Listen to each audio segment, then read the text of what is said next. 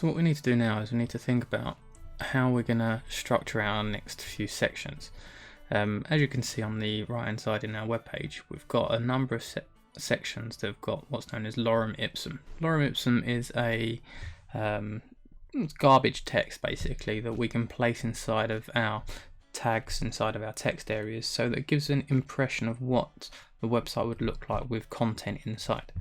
There are a number of websites out there that you can gain access to Lorem Ipsum, and if you just Google search Lorem Ipsum generator, you'll get a number of them. I have one here that gives us a number of bits of options. We can choose how many paragraphs we want. I just tend to grab the first paragraph that's there, right click and copy it, and then stick it into a paragraph tag. Now paragraph tag is a new tag for us, and paragraph tag looks like this with a P and then a close tag of a /P, and then inside these two tags is where we place our Lorem Ipsum. As you can see in Notepad++, it does tend to paste it all on one line, so what you can do is just as you go along the lines, just go to the end and press enter. This is not going to have any bearing or any sort of impact on the presentation of the Lorem Ipsum, because we could have each letter on one line and it would still render it as one long line inside of our HTML page. So I'm just going to save that at this point just by clicking on our disk button, make sure everything goes to the blue, and we're happy again. Now what we've got here is the section. Now that if I was to run this web page as it is at the precise moment in time and launch it in Edge, you'll see that actually it doesn't look anything special.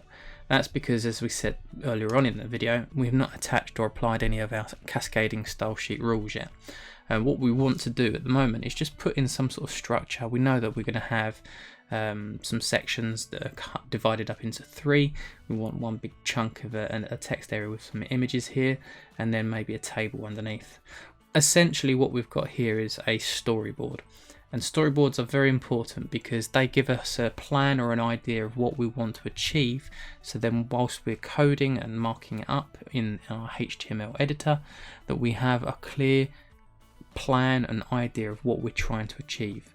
Otherwise we can wander into the realms of trying things out, seeing whether this works or not, and actually wasting time. And we don't want to waste time, we want to be able to make the most of our time and then troubleshoot once we've achieved our goal of our storyboard. So what we've done here is we've essentially added our Lorem Ipsum text inside of this section here, and then we're going to move on to the 3 sections here. Now this uses something called a flexible container or a flex container.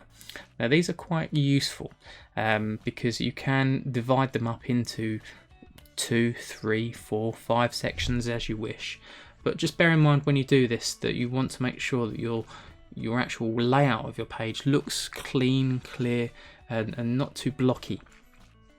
So as you can see, I've used 3 sections here. And how I go about doing that is go inside of our new section. So we've got a section here which is for that paragraph chunk there. We can add another section in between this one here, line 31. We're going to add section, and then in between the open and the close we are going to place a divider, and in this divider we're going to give it an ID. And the ID is going to equal flex hyphen container.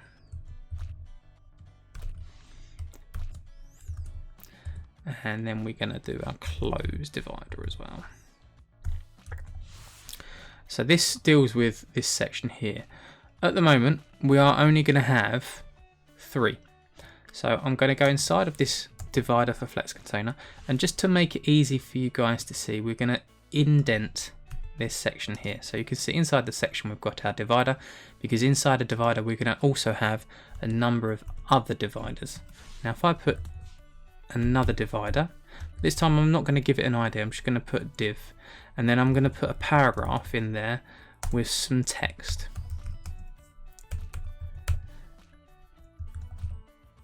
I'm going to close that paragraph and then close that divider.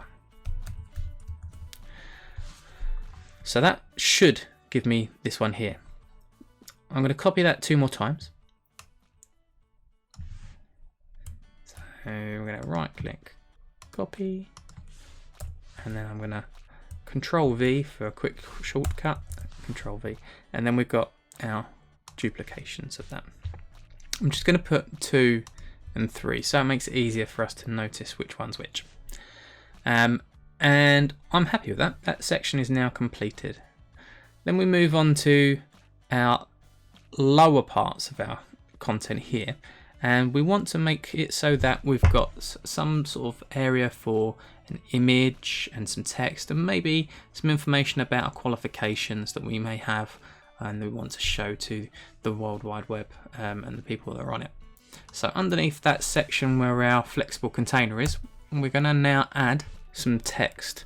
So what I would like us to do is we're going to put in a paragraph tag, and then we're going to close that paragraph tag, and then we're going to copy and paste that Lorem Ipsum that we had up here.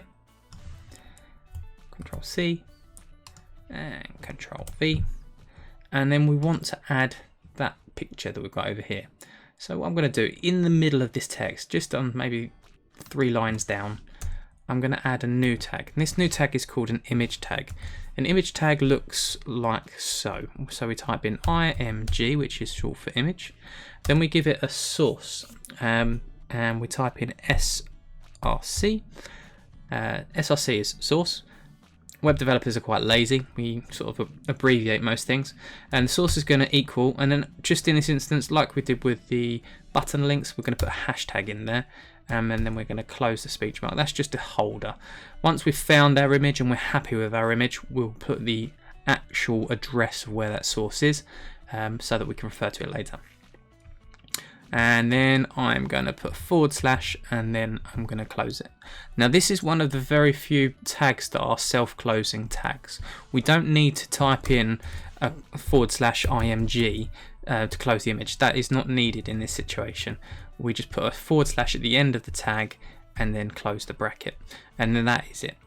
We can apply some properties like we did to the viewport element earlier on, where we can add width and height, but I would suggest that we would save that for our cascading style sheets, so that we will attach maybe a class or an ID to this img source, and then we can refer to it in our cascading style sheets and make it actually change its size there. So I'm happy with that, and we're going to move down to another section. So I'm going to add another section underneath this paragraph tag now.